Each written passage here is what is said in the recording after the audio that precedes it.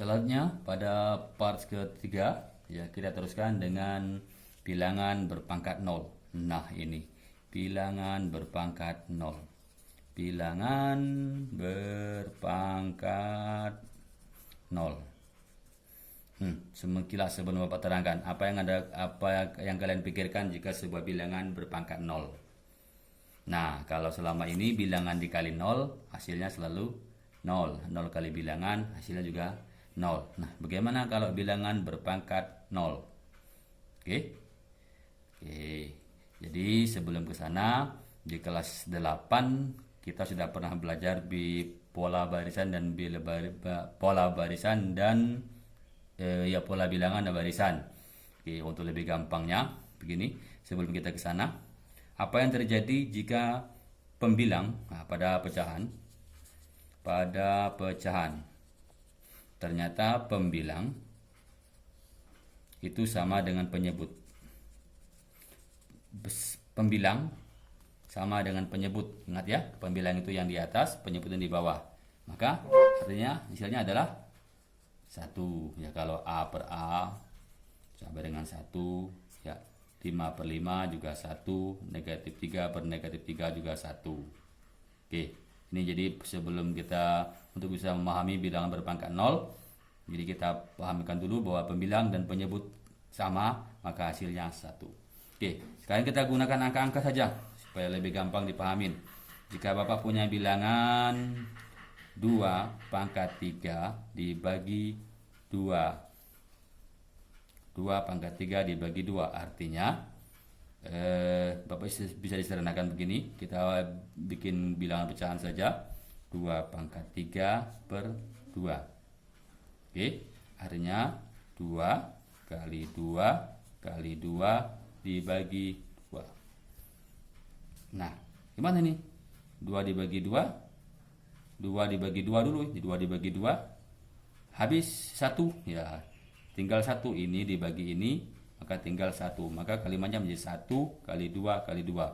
Pada sifat perkalian 1 bisa kita abaikan, maka tinggallah 2 dikali 2. 2 kali 2, 2 kali 2 itu sama dengan 2 pangkat 2. Oke, sekarang kita ambil yang bilangan lain. 5 pangkat 3 dibagi 5 pangkat 2. Bisa kita sederhanakan begini. 5 pangkat 3 per 5 pangkat 2 atau sama dengan 5 kali 5 kali 5 per 5 kali 5.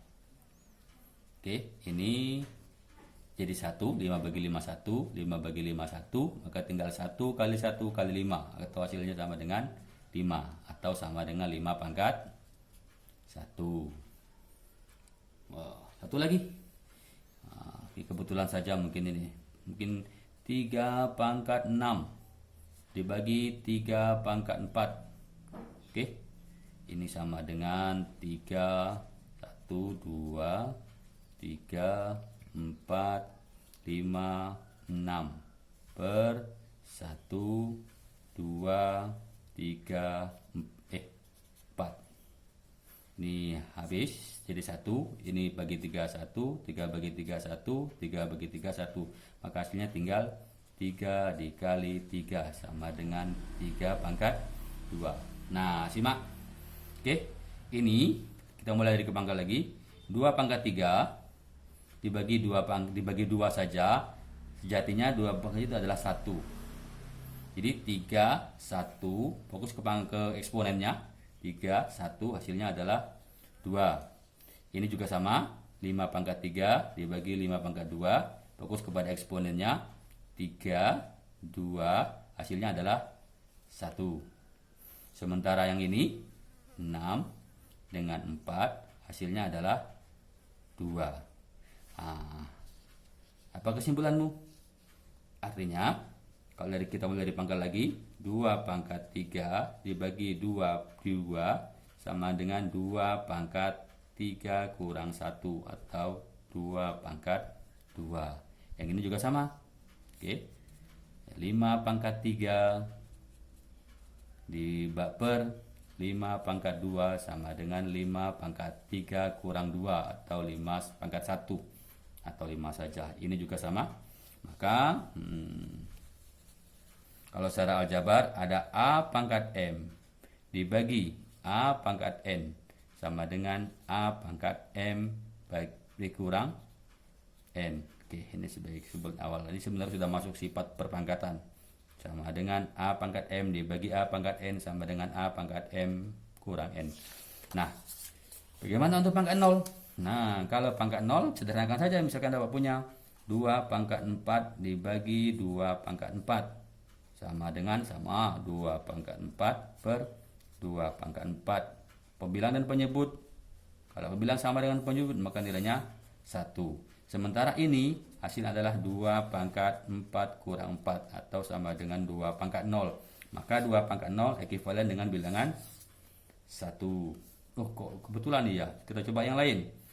5 pangkat 8 dibagi 5 pangkat 8 sama dengan 5 pangkat 8 per 5 pangkat 8. Pembilang dan penyebut sama, maka nilainya 1. Secara sifat tadi, ini sama dengan 5 pangkat 8 kurang 8. 8 kurang 8 sama dengan 5 pangkat 0. Artinya 5 pangkat 0, 1. 2 pangkat 0 sama dengan 1. 5 pangkat 0 sama dengan 1. Maka dapat disimpulkan, maka kalau punya A pangkat 0, nilainya 1. Artinya semua bilangan yang pangkat 0 nilainya adalah 1. Panjang atau tidak? Oke, para siswa sekalian, sekarang kita mulai satu-satu, yaitu bilangan pengertian bilangan berpangkat. Oke, kita nyatakan pengertian bilangan berpangkat.